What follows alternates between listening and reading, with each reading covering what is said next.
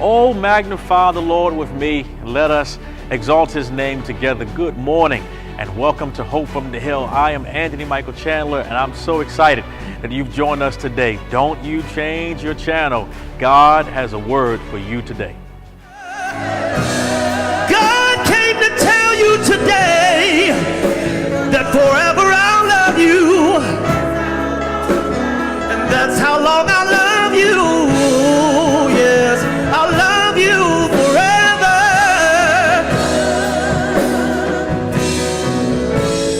I'll love you forever. I'll love you forever. Forever. Through sickness and pain, I'll love you.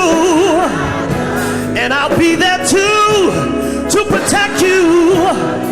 I'll be there to the very end. I'll love you. Oh, yeah, yeah, I'll love you. Misty days are gone.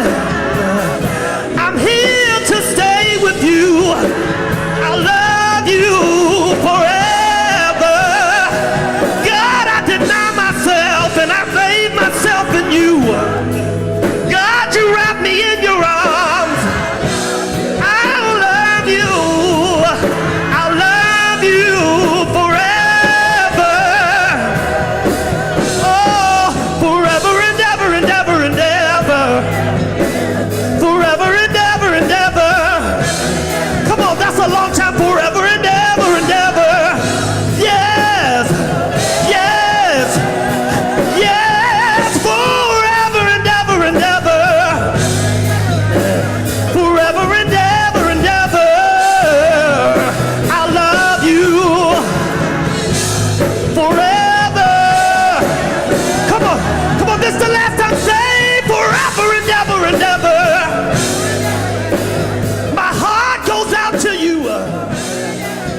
In your presence is such peace because of that love.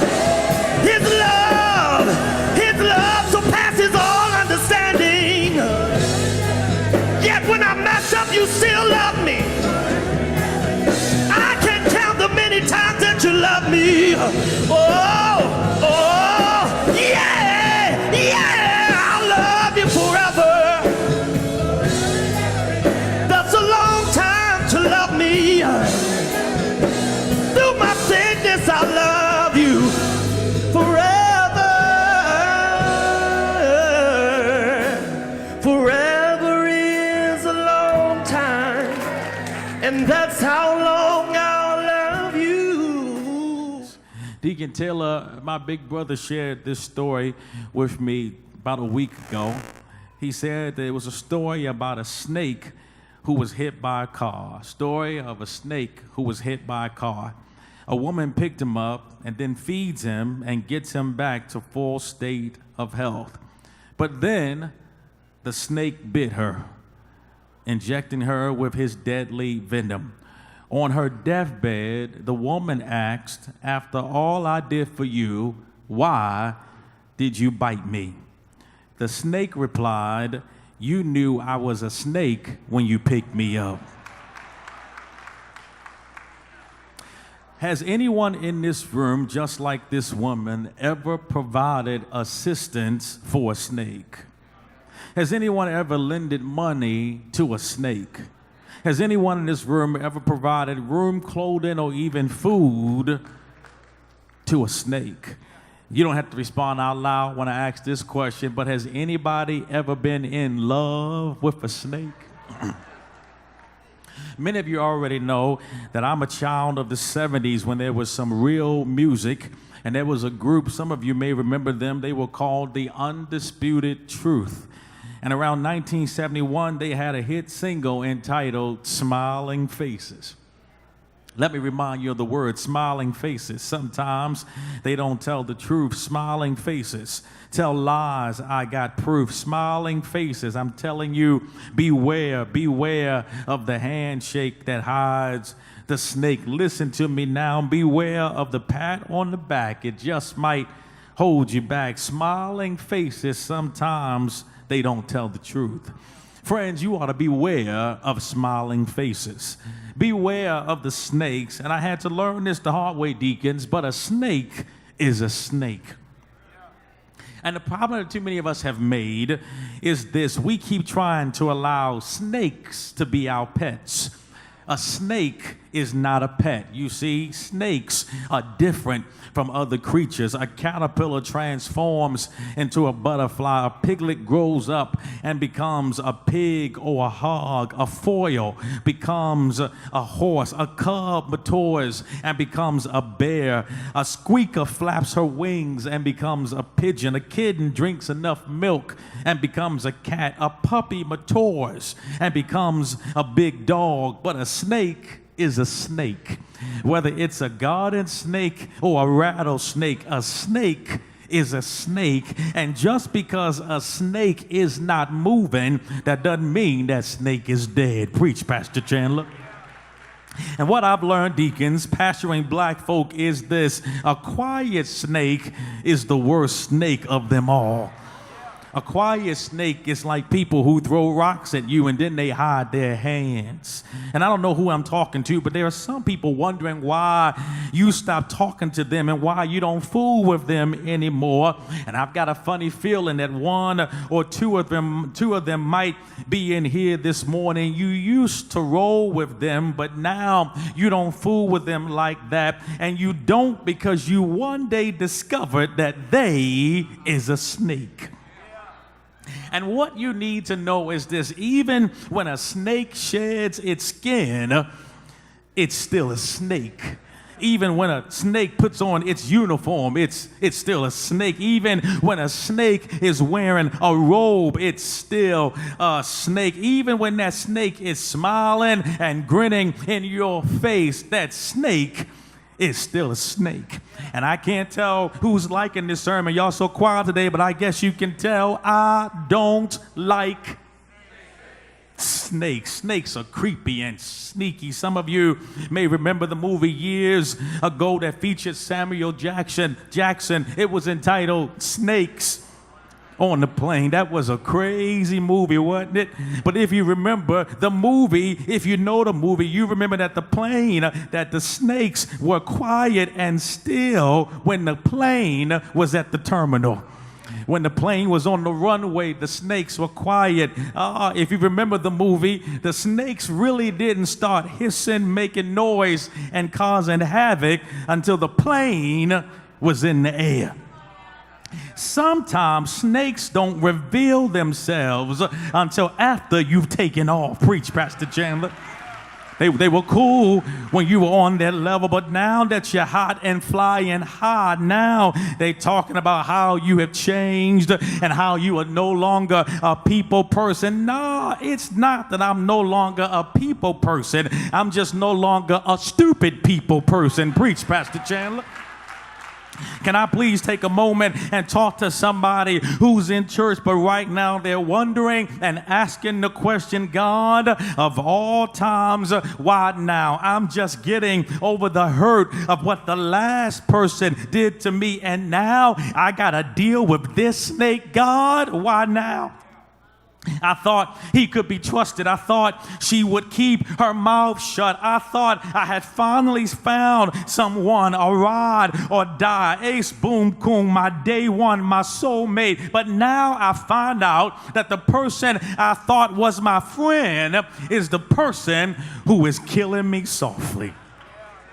And church, I don't know if you've lived long enough to know this, but there is no hurt like the hurt that comes after you've been hurt by somebody you loved and somebody you trusted and somebody you gave your heart to. You don't know hurt until you one day discovered that the person who you once thought was everything turned out to be nothing at all, or just what everybody else was trying to tell you in the first place, but you were just too naive and too spiritual or too sympathetic or too sorry or too much of a saint to understand that some people will never change. I read something recently that said some people never change. They just become more of who they truly are. Preach, Pastor Chandler. Some people will stab you in the back and then ask, why are you bleeding? And one fact of this life is this: outside of your family, you have three sets of friends. You have your friends, you have a fair share of frenemies, and then you got a host of enemies. Let me say it again. You will have your friends, you will have your frenemies, and you'll have some enemies. You ought to thank God for your friends who will pray with you, and friends who will walk with you, and friends who will hold your hand, and friends who will call you just to say, are you all right? Real friends are not just there for the fun times, but they are with you when life is not being fair to you. Real friends say good things behind your back and bad things to your face. Real friends won't agree with the lies that everybody is telling you. They will tell you the truth. Anybody need some real friends? And if I know anything, this is what I know: hard times will always reveal true friendships. We have friends, but then there are frenemies. Church, say frenemies. The OJs called them backstabbers. They smile in your face all the while. They just want to take your place. Frenemies are the people who can't stand you, but they like being close to you. Frenemies are people, they really don't love you. They just love what you can give and do for them. Frenemies, in many cases, are some of the fake church people you know, who smile and grin and jump and shout while they're in church, and then leave here and cuss somebody out on the parking lot. Preach, Pastor Chandler. Friends, can I tell you that your most powerful testimony is not how you respond in church, but your most powerful testimony is how you respond after the benediction and the church service is over. There are too many frenemies in God's house. In the book of Revelation, they are called lukewarm. And maybe it's just me, but I can't understand why some church folk are just so mean. I've met some people who were covered in tattoos, who were so much more nicer than people who are covered in crosses. Preach, Pastor Chandler. Has anybody ever had to deal with some mean church folk before?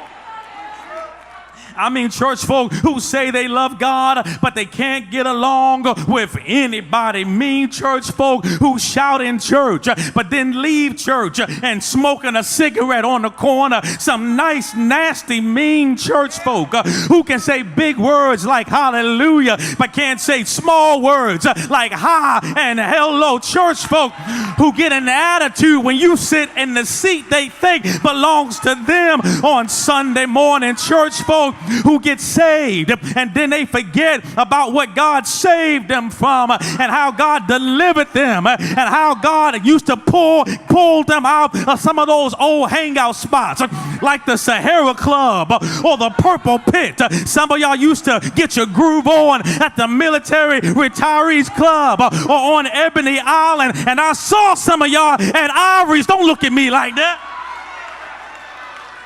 And now you sitting up in Cedar Street and you call yourself a Christian and you the meanest person on your road. The devil is a liar. That's why I'm excited that we are about to begin an intercessory prayer team to rebuke some of those mean and nasty spirits that get dressed up and drive over to Cedar Street every Sunday.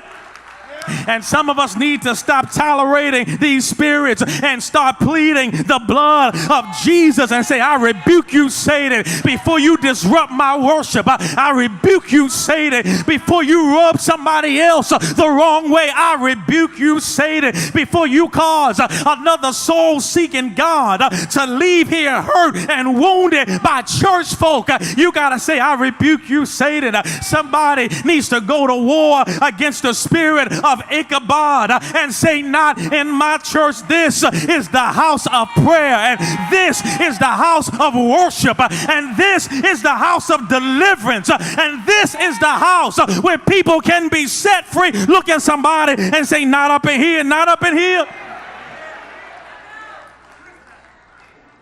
But in our lives, you got to have friends. You got to have some frenemies. But all of us got some enemies. Somebody say, preach, Pastor Chandler.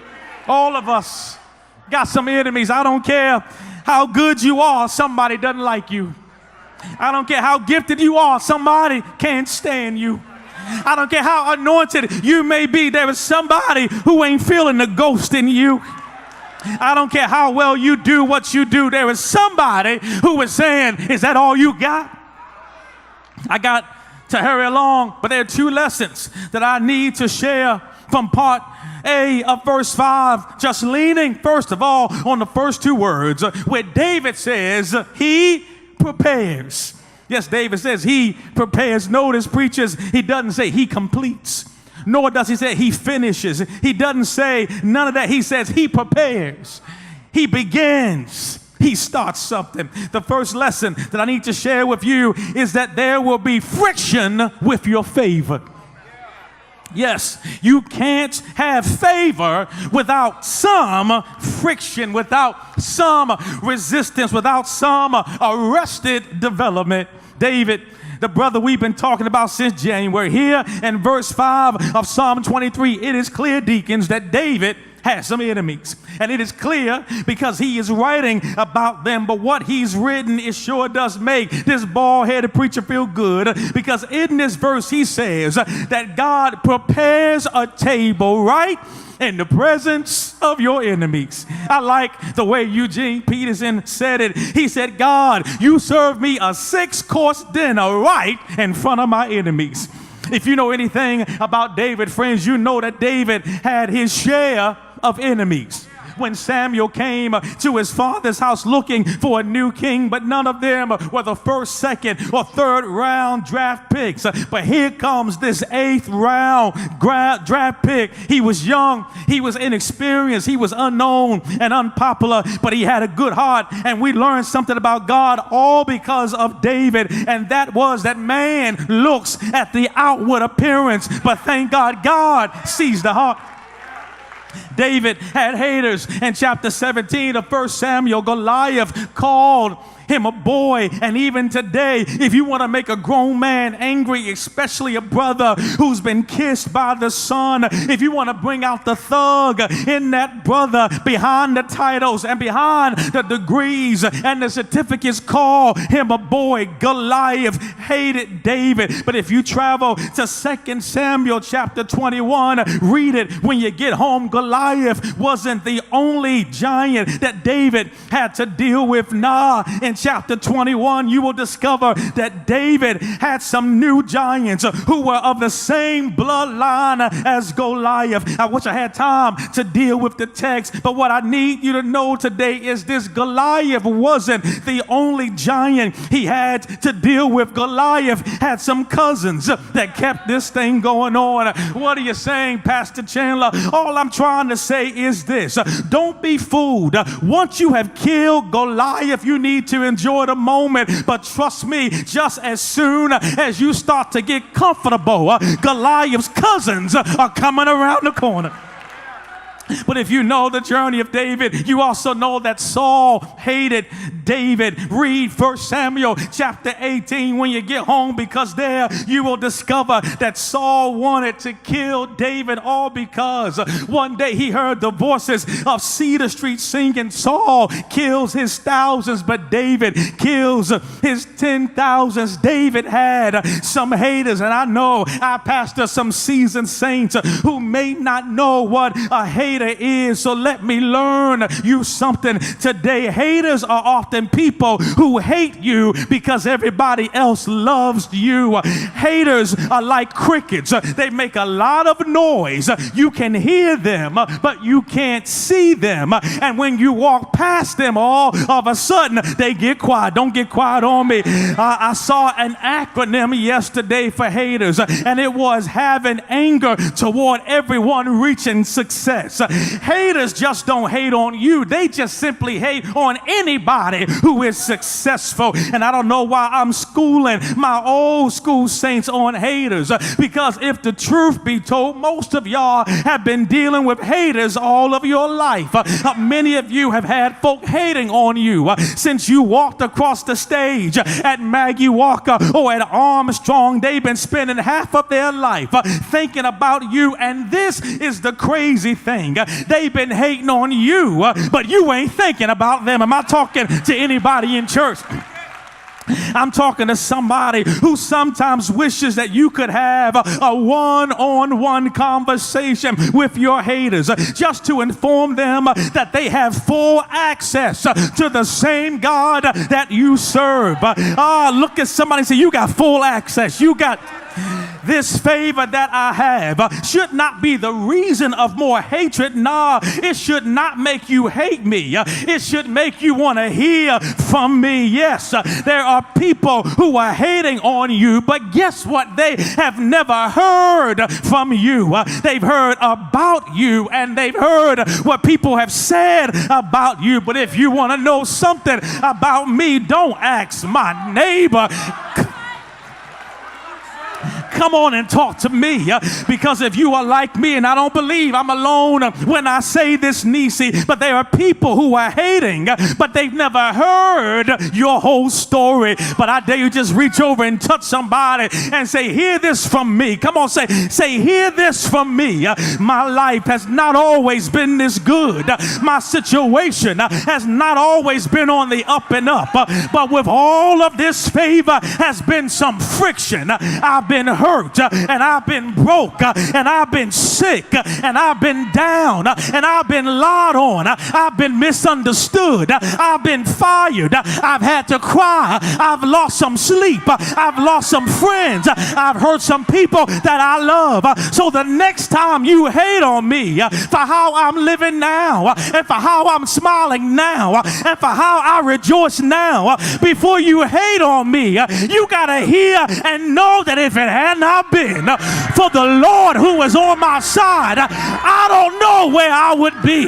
Is there anybody in church who wants to say, hear my whole story? I've had some good days, and I've had some bad days. I've had some nights when I had to walk the floor, but hear my story. My good days have outweighed my bad days. Come on and reach out to somebody and say, but I won't complain because God's been good to me. Favor has its share of friction. But finally, you should know, and I'm done, that favor has its share of fortune. Did y'all hear what I said? Let me back it up and let you hear it again. Number one, favor has its share of friction, but favor also has its share of fortune. Somebody say fortune. Well, watch what David writes. He says, he prepares a table before me in the presence of my enemies. In other words, Trustee Taylor, David is saying, he is setting me up right in front of the people who doubted me. He is setting me up right in front of the people who counted me out. He is setting me up right in front of the people who said I'd never make it. Y'all not talking back to me. Without them, he's setting me up right in front of the people who left me and kicked me to the curb. But David says he prepares a table. I'm just about done, but can I make a confession? I've never been good at setting a table. I can make up a bed better than any hotel maid you've ever had. I can clean up a house better than any Hispanic woman you've ever hired. I can mix a pack of instant apples and cinnamon oatmeal in a bowl almost as good as your mama can. But I'm not great at setting the table. Because there are certain forks. First, certain way you got to put the forks. Certain way you got to put the spoons. Certain way you got to put the glasses. Certain way you got to put the napkins. Hey, ain't nobody got. Deaconess Wade is our hospitality director, and she does a great job, much better than I could ever do. We're good friends. I thank God for her. She does a great job with her persnickety and demanding self. And when we host guests, she reminds me, Pastor, you said we a 5-star church, and if we a 5-star church, we got to have a 5-star. Yeah. So all last month, we had guests, and Deaconess Wade is not the only persnickety and demanding person on the team, but Deaconess Tanya Nuttall, yes, she is also on the team. And last month, I watched Deaconess Nuttall as she was setting the table, and for several minutes, seconds, Deaconess Nuttall had tuned out the entire room, and she was focusing on the table, and she was focusing. As she was focusing, she said, something ain't right. She said it again, something ain't right.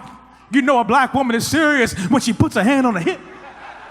She put her hand on the hip and said, something just ain't right. And Deaconess Bullock, to me, it looked like the table was already at its maximum level of perfection. And I was like, what more can you do to the table? What more can you add to the table? She kept saying something is missing. Something just ain't right. But as I closed, just like I was watching Tanya asking what more can be done, can I give you some good news? That's the same way your enemies are watching your table as God is right now preparing to add something else to the table. And I don't know about you, but I'm so glad that God is still adding to my table. Wow, what a word. I pray that you were blessed today by the word and the worship. Listen, if you don't have a church home, I'd love to be your pastor.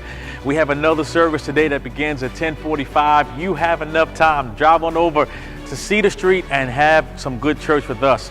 This is a great time for you to be a partner with us. In a few more days, we're marching into the historic sanctuary, which is the home of the Family Life Center here at Cedar Street. I need some partners to join with us. I need you to pray.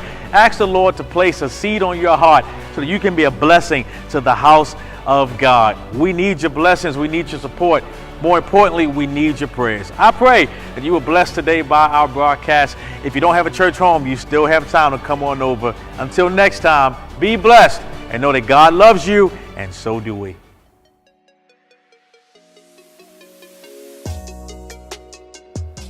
On Saturday, December 8th, Lady C will celebrate her 45th birthday. To honor her, we will show our appreciation on Sunday, December 9th. Our special guest will be evangelist Karen Clark Sheard. The wait is over. We will have the grand opening of our new Family Life Center on Saturday, December 15th at 11 a.m. Our guest preacher will be Dr. Lance Watson, Senior Pastor of St. Paul's Baptist Church. On Sunday, December 23rd, we will have our second annual Christmas celebration. We will have one service at 10 a.m. Today's weekly broadcast is brought to you in part by Manning Funeral Home. Walter J. Manning Funeral Home has been providing professional and caring service to the families in our communities since 1941. They provide pre-needed and pre-planning services as well as cremation and video tributes. Their large chapels, spacious parlors, and caring staff are all a part of a third generation carrying out a tradition of dignity and respect. Manning Funeral Home, 700 North 25th Street, Richmond, Virginia. We're there when you need us most.